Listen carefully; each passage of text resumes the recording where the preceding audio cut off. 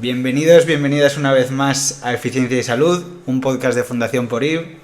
Yo soy Alberto de la Cuadra y voy a estar una vez más con Miguel Ángel Casado y con Javier Soto, que han venido aquí en esta ocasión a hablar sobre el futuro de la evaluación económica.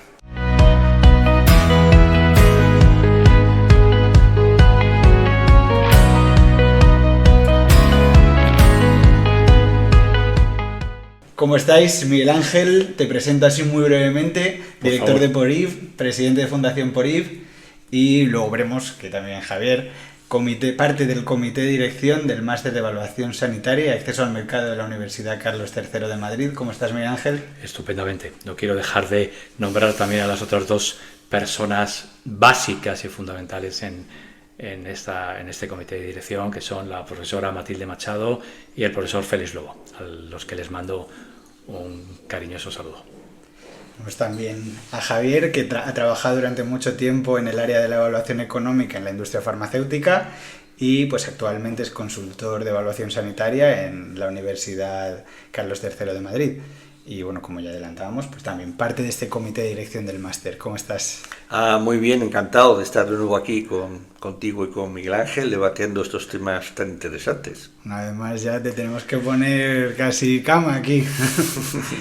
Bueno, pues como comentaba, vamos a hablar del futuro de la evaluación económica. Ya hemos hecho este viaje en el tiempo, este regreso al futuro, y ya nos queda qué tiene por venir la evaluación económica. Entonces, para poner un poco en contexto, lo primero necesitaría que me contarais qué necesidades no cubiertas o qué barreras veis en la evaluación económica dentro del marco de la evaluación sanitaria, en nuestro país principalmente.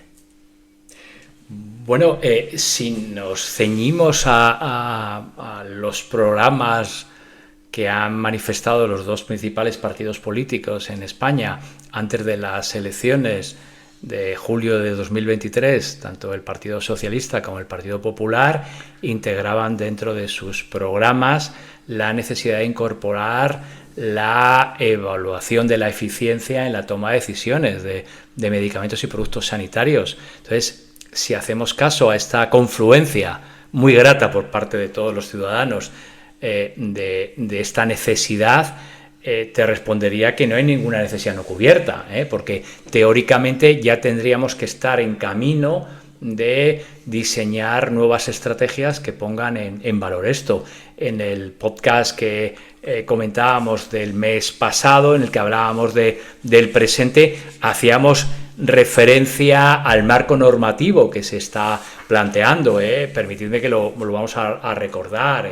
El Real Decreto de Evaluación de Tecnologías Sanitarias, el Decreto de Precio y Reembolso y la modificación de la Ley de Garantías. Entonces, todo este marco normativo tiene que hacernos ir o dirigirnos a que cada vez las necesidades están al menos más delimitadas. No puedo decir que están solucionadas porque eso no es cierto, pero que cada vez hay menos barreras de entrada para que podamos fomentar esta disciplina. ¿Alguna punta ahí? No, yo estoy totalmente de acuerdo con lo que ha comentado Miguel Ángel. Yo creo que estamos ahora en una situación muy favorable y realmente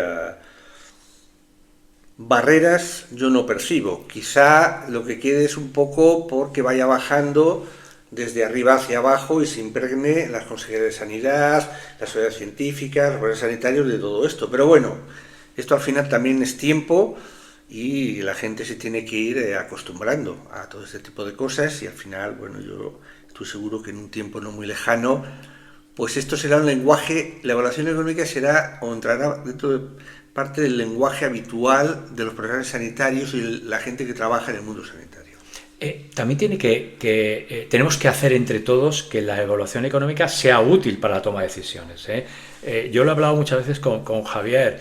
Si yo soy un profesional sanitario que está por ejemplo, en un hospital o en un área de salud, tengo que ver que hay una repercusión de esa evaluación económica, que si yo consigo demostrar que un medicamento o que una intervención determinada es eficiente, que se me permita utilizar los recursos por el concepto de coste de oportunidad para dirigirlos hacia otras otras áreas, ¿eh? Yo le he oído muchas veces a Javier hablar de los silos o de los compartimentos estancos en sanidad, ¿eh? Entonces, claro, si al final establecemos ese café para todos, pues evidentemente no vamos a tener ningún incentivo, ni como profesional ni como sociedad, para hacer las cosas bien. Cuando digo hacer las cosas bien, es como cuando hablábamos, y me retrotraigo al primer podcast que grabamos en su momento, Alberto. Si determinamos que eficiencia es gastar mejor para conseguir mejores resultados en salud,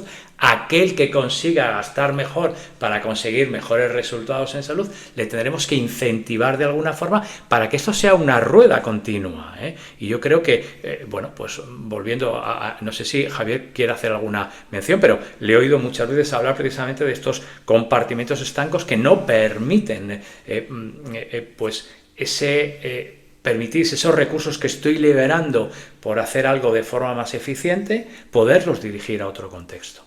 Bueno, totalmente, Miguel Ángel, de acuerdo. Esto es un problema de la organización del sistema sanitario. Entonces, esto hace que al existir estos silos, efectivamente, los ahorros que puedan venir en alguna parte del funcionamiento, al final se difuminen en todo el sistema. Es más, a veces incluso llegan a Hacienda y, por lo tanto, quien lo ha ahorrado, o sea, quien ha hecho el esfuerzo, no recibe nada.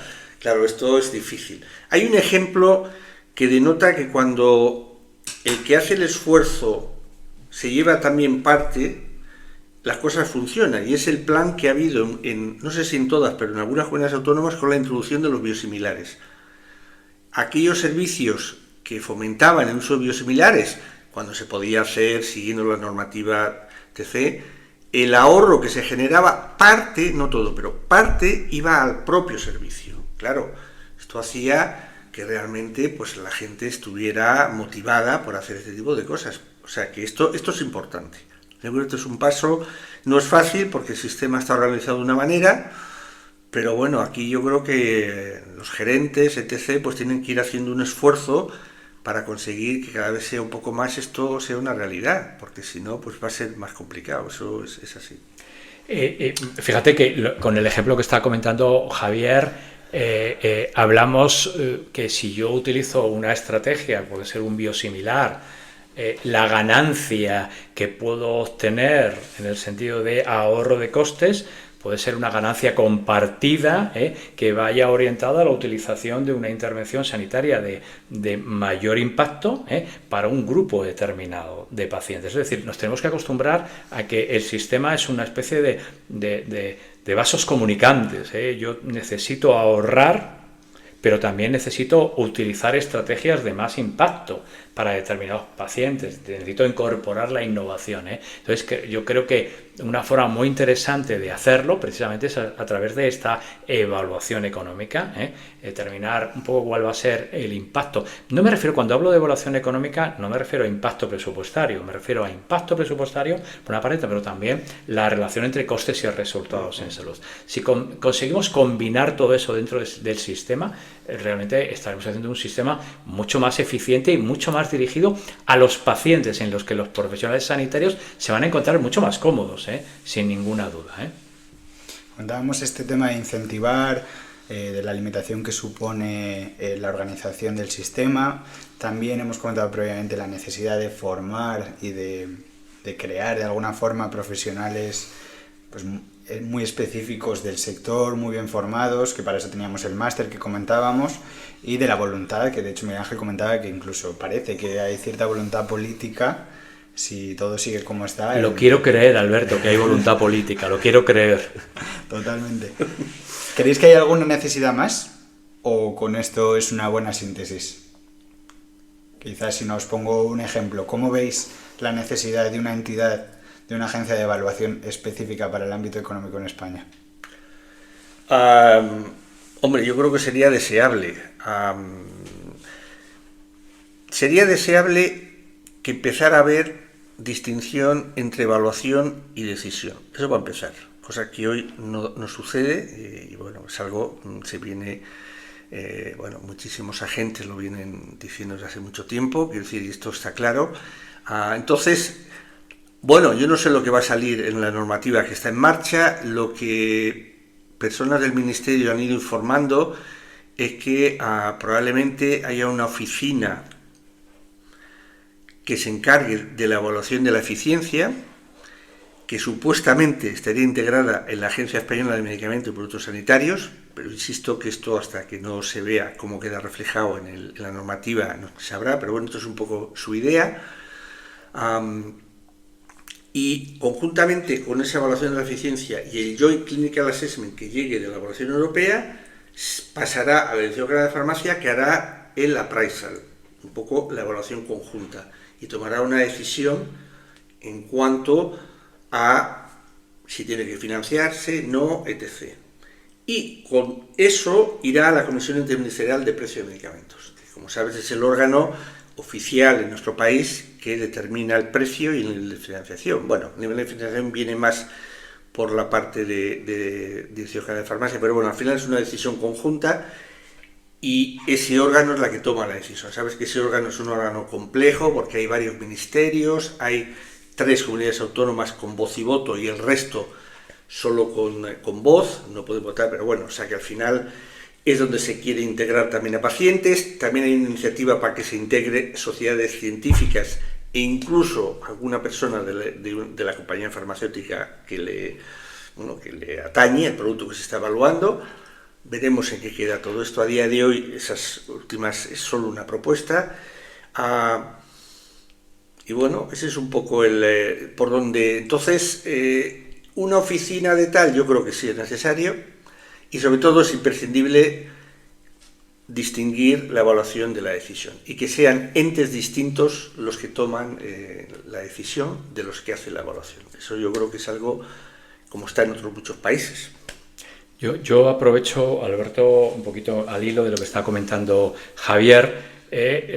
Para nuestros oyentes recomiendo la lectura de 3 libros que ha editado Funcas, que han estado liderados por Félix Lobo, José Vida y Juan Oliva, en la que precisamente se plantea, el último de ellos precisamente hace referencia a este concepto que estabas comentando, sobre qué entidad podría ser la que hiciese esa evaluación en España. En el último libro, altamente recomendable su lectura, como digo, se planteaban 2 posibilidades. Ellos, de forma altruista, han hecho esa reflexión y nos lo han dejado digerido al resto de los mortales. Hablaban de ese organismo integrado, como dice Javier, dentro de la Agencia Española de Medicamentos y Productos Sanitarios, más que nada porque allí hay un marco normativo y hay un marco estructural que podría ser la agencia, que podría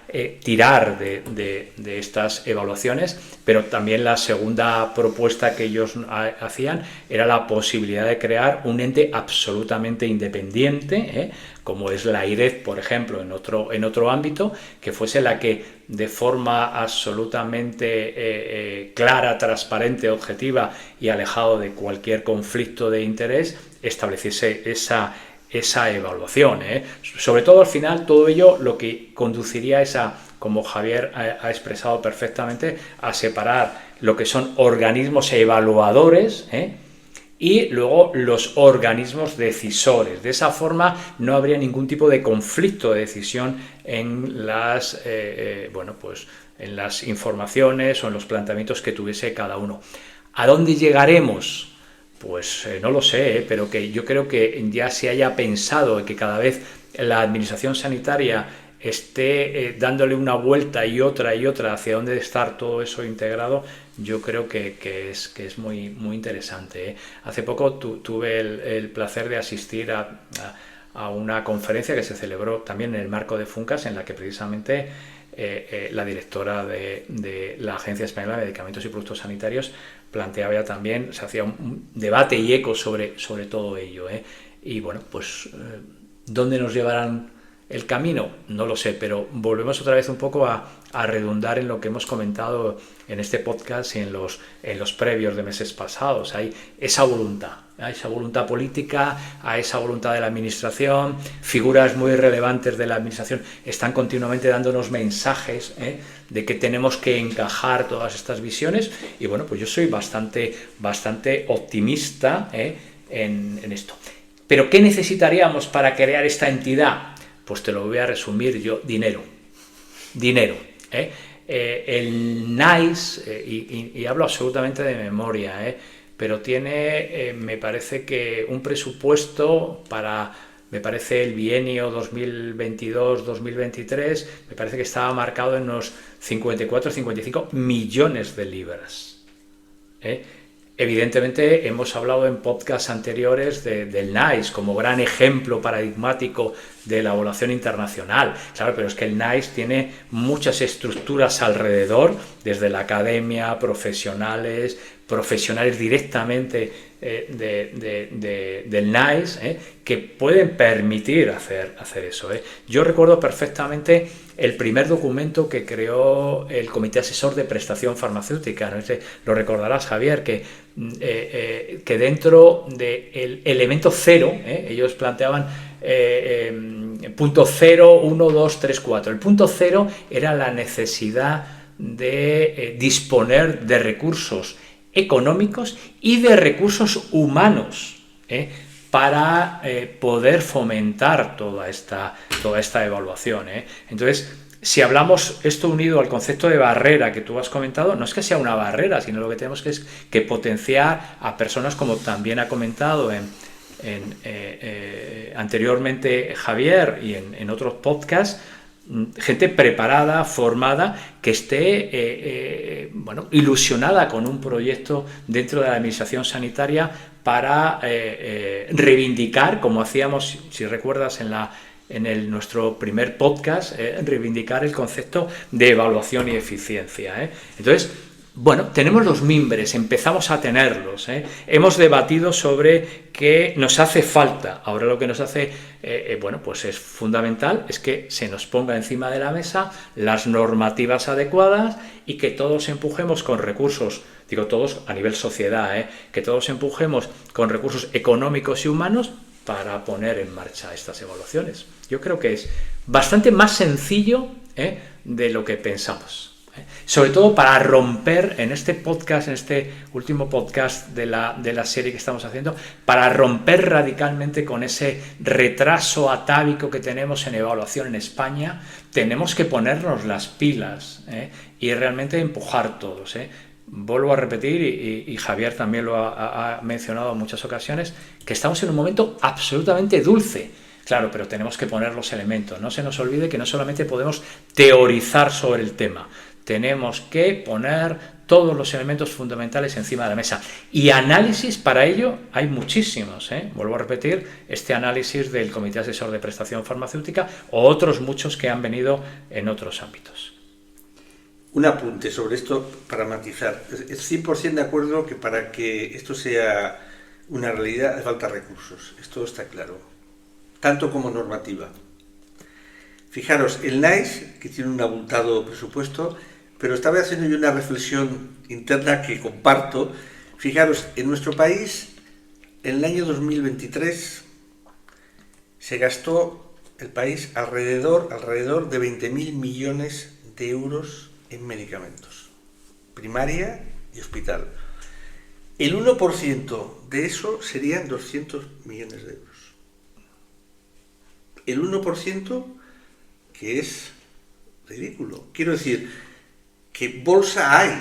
Tiene que haber voluntad para parte de esa bolsa bajarla hacia el mundo de la evaluación. Es que no jugamos 20.000 millones. O sea, sería muy eficiente utilizar recursos para dotar de intervenciones eficientes en España, claramente. Lo que está comentando Javier es utilizar parte de esa cantidad para poder hacer evaluación, para poder ahorrar recursos, o si gasto más, gastar de forma que consiga también más resultados en salud.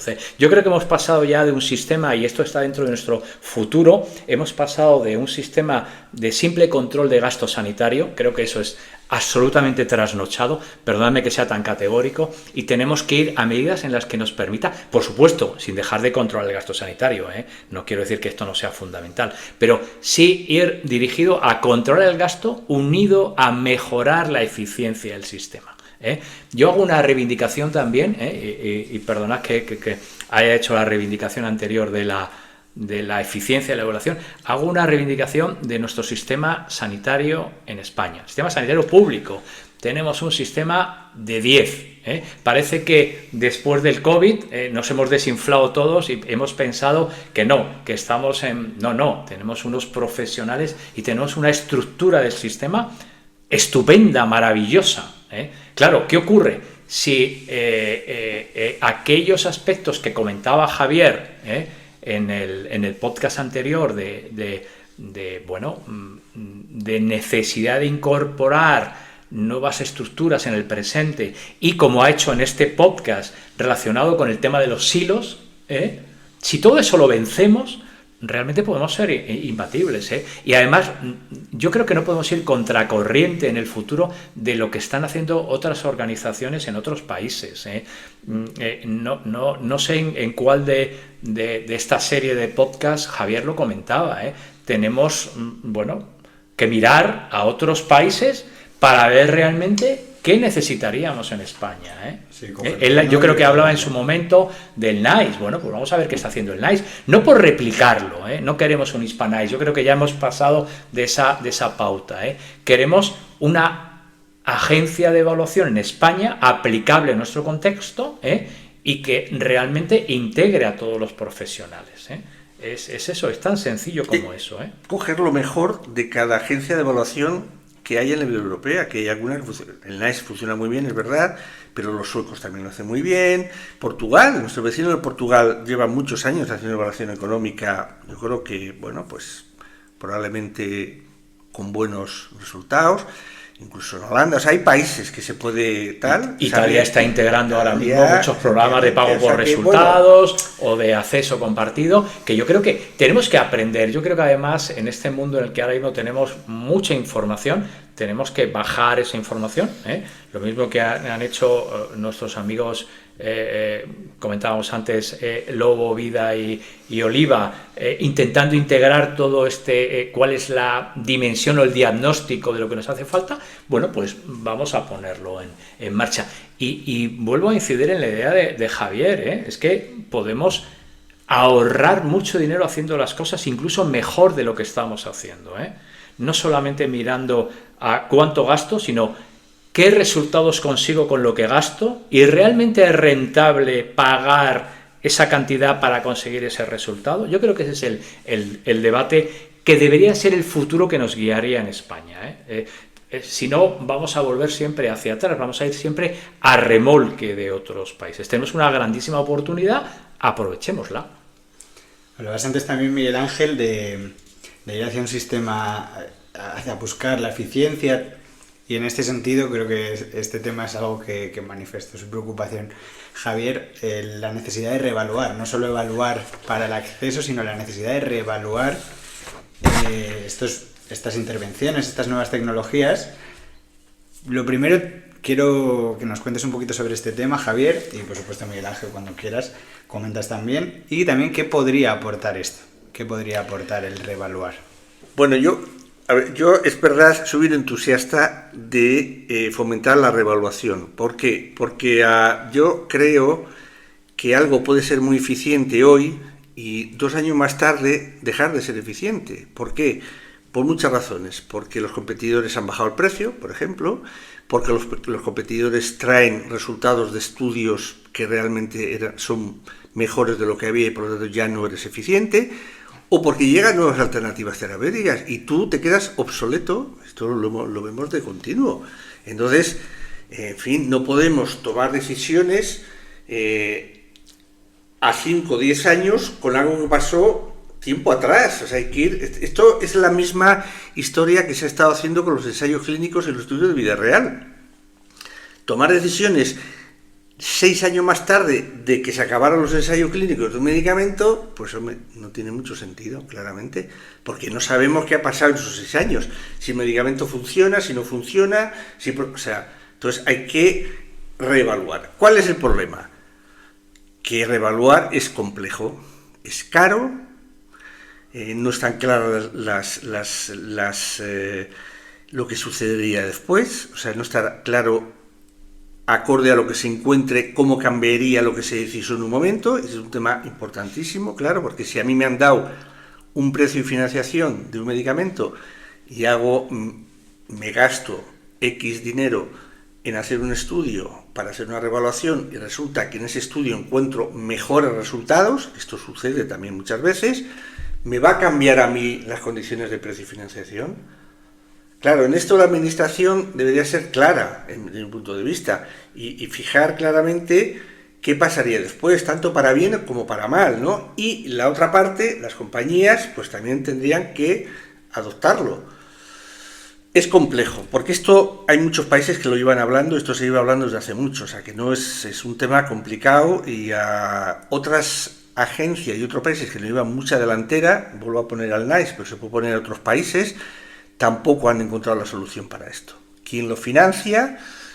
¿Quién lo hace? ¿Qué reglas del juego vendrían después? Como eso no está claro, pues claro, nadie se mueve. Entonces, pero yo creo que es algo necesario y que antes o después llegará. Lo mismo que antes o después llegó el mundo de los estudios de vida real, sin ninguna duda. Entonces, bueno, yo creo que traería la ventaja de que sabríamos en cada momento, podríamos monitorizar si un medicamento que fue eficiente en su momento lo sigue siendo con el paso del tiempo, o es algo que se queda obsoleto y entonces hay que sacarlo. O sea, esto ya no se utiliza porque hay otros, o sea que esto... O sea, es un tema, yo creo que importante. Claro, el problema, Javier, sería quién debería hacer esa reevaluación. Totalmente. ¿Y qué reglas del juego? Y qué reglas, ten en cuenta que la industria no tendría ningún incentivo, sobre todo para un medicamento que ya tiene precio y reembolso, el intentar justificar su utilización o su eficiencia si no va a tener ninguna recompensa. 100%. Entonces, 100%. Yo comprendo que lo único que tiene es que perder. Que salga algo que ellos no consideran adecuado. Con lo cual, la única forma de hacer esta reevaluación... A mí me gusta más que hablar, perdóname ahora que eso, más que de reevaluación, me gusta hablar de evaluación continuada. Yo creo pero entiendo tu contexto, pero en el sentido de que yo creo que nunca debería dejar de evaluar. Los modelos que comentábamos en el podcast anterior, también es una forma también de utilizarlos para poder reevaluar, para poder incorporar mejor evidencia más cercana a la actual. Entonces, yo estoy completamente de acuerdo contigo, Javier, pero claro, ¿sabes el problema? Que primero tenemos que entrar en la evaluación. No, totalmente. Cuando seamos capaces de decir, bueno, ya tenemos la evaluación integrada, vamos a ver cómo incorporamos la reevaluación. A mí una de las cosas que más me gustó de la guía de evaluación económica que ha potenciado, que para mí es una maravilla y creo que es de agradecer por parte de todos, del Comité Asesor de Prestación Farmacéutica, es que introdujese el concepto de reevaluación. Yo creo que está claro, por lo menos teóricamente tenemos que tener ahí en la mente de que deberíamos de evaluar y reevaluar, o de evaluar y establecer una evaluación continuada. Pero claro, tampoco podemos ir más deprisa de lo que vamos. Yo creo que ya el futuro, Alberto, si conseguimos integrar la evaluación clínica y económica de una forma pautada, transparente y normalizada, el siguiente paso, sin duda alguna, y no nos tendríamos que olvidar, sería integrar esa reevaluación o evaluación continuada. Pero lo que está claro es que tendría, igual que estamos pidiendo a la evaluación unos criterios claros y objetivos, que todos sepamos en qué marco estamos, la reevaluación tendría también que disponer de esos criterios claros para saber cómo hacer esos ejercicios. Pero yo creo que Javier ha puesto un paralelismo y un ejemplo clarísimo. Ahora nadie ya pone en duda la necesidad de estudios de vida o mundo real, y cada vez incorporando más medidas, percepción, preferencias de pacientes, etcétera, etcétera. Yo creo que en el momento que tengamos la evaluación integrada en nuestro contexto de decisión, el siguiente paso, sin duda alguna, es ver cómo vamos a incorporar esa reevaluación. Yo aquí sería un poco más contundente. Me explico.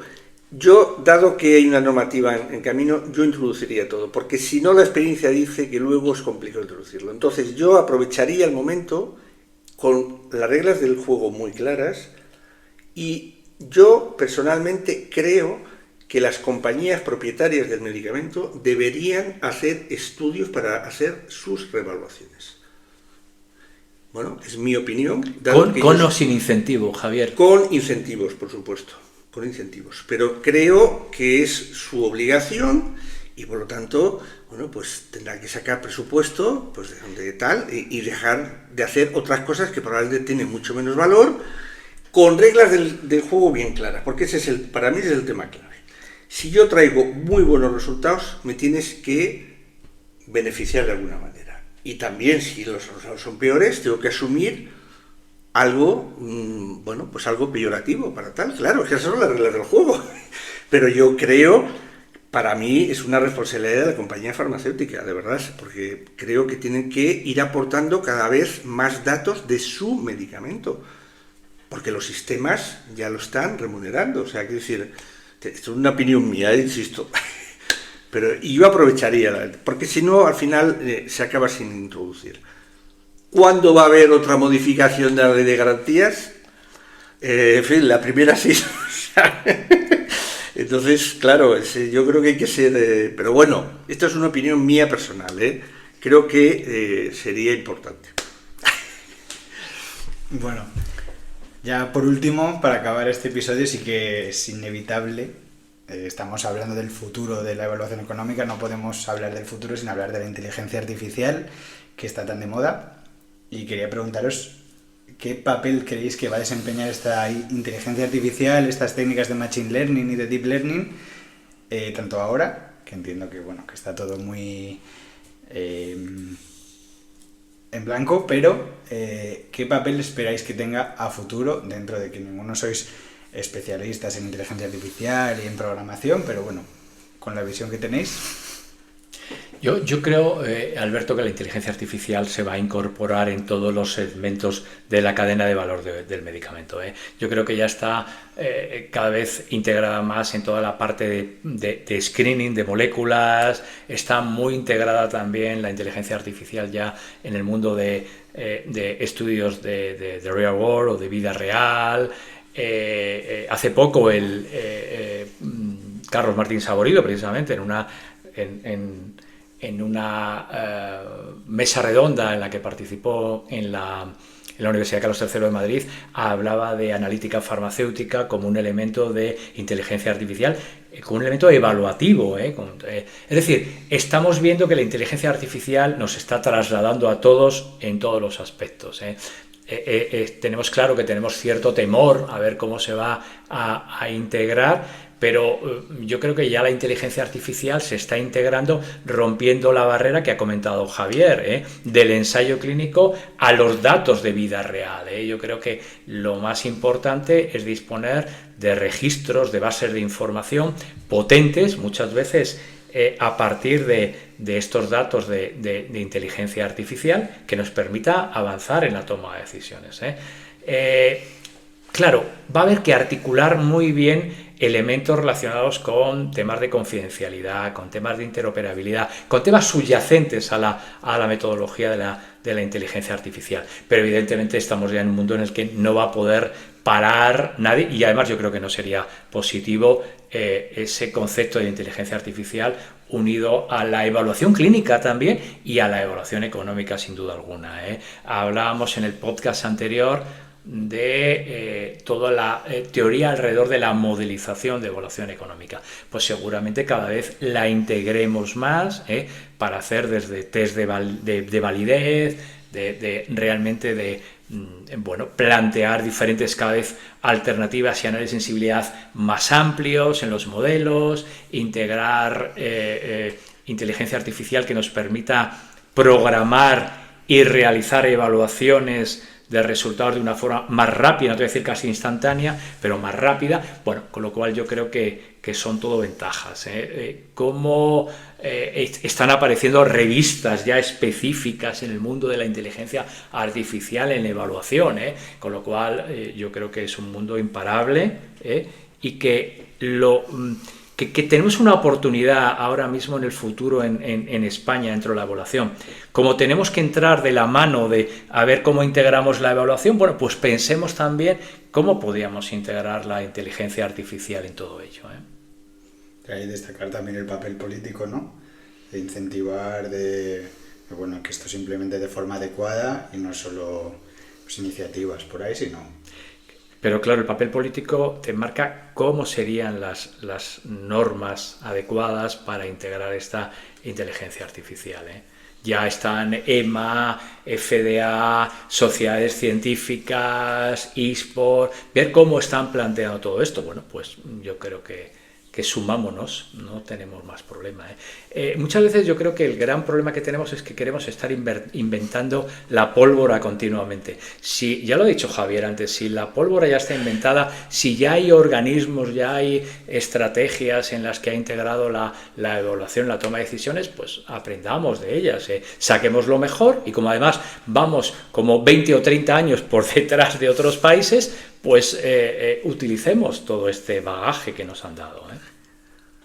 Javier, si quieres comentar alguna cosa. No, cosilla. yo estoy totalmente de acuerdo con lo que dice Miguel Ángel. Yo creo que la inteligencia artificial, bueno, lo mismo que va a cambiar muchas cosas en la vida en general, también probablemente en el mundo de la evaluación económica. Va a facilitar muchas cosas. A día de hoy, como ha comentado él también, yo creo que está facilitando mucho el conseguir datos en el mundo real, con lectura de bueno, pues todo lo que es el procesamiento del lenguaje natural y otras técnicas que hay que están haciendo que cosas que antes no se podían extraer y poder integrar en bases de datos para sacar resultados, hoy sí se pueda, y vendrán otras muchas técnicas que ayudarán muchísimo. En nuestro país en concreto, yo creo que todavía falta mucho profundizar en la digitalización del sistema, que es algo que se ha avanzado mucho, pero todavía, bueno, yo creo que hay un camino, pero bueno, yo, vamos, creo que va a ser importante y va a ayudar muchísimo. No, yo no soy capaz de visualizar 100% en qué, esto también te lo digo. Va demasiado rápido. Totalmente, pero que va a ayudar seguro. Lo comentaba ya antes con Miguel Ángel, no me extrañaría a mí que en el futuro, en el chat GPT o en uno sucedáneo más avanzado, que se llamará de otra manera, tú le introduzcas, quiero hacer un modelo de tal tipo en esta patología, por favor, dame opciones. Y él te diga, pues mira, el mejor modelo sería este y tal. ¿Qué datos necesitas? Pues dame tal, dame cual, dame tal, y él te haga un modelo que tú luego modificarás, valorarás, validarás, que es la parte que va a seguir siendo dependiente del investigador. Pero todo eso es muy probable que acabe llegando, seguro. O sea que yo creo que va a facilitar muchas cosas. Hasta dónde llegue, pues no, yo desde luego no, ahora no lo tengo claro. Yo creo que la inteligencia artificial, los estudios de real world, de vida real y la evaluación, tanto clínica o como no clínica, van a venir de la mano. Cada vez se van a imbricar más, ¿eh? Yo creo que ese es el futuro, sin duda alguna. Pues nada, ya con esto llegamos al final de la entrevista, de esta discusión. Muchísimas gracias. Yo por mi parte ha sido un placer otra vez escucharos, me lo he pasado estupendamente bien. No sé cómo lo habéis pasado vosotros.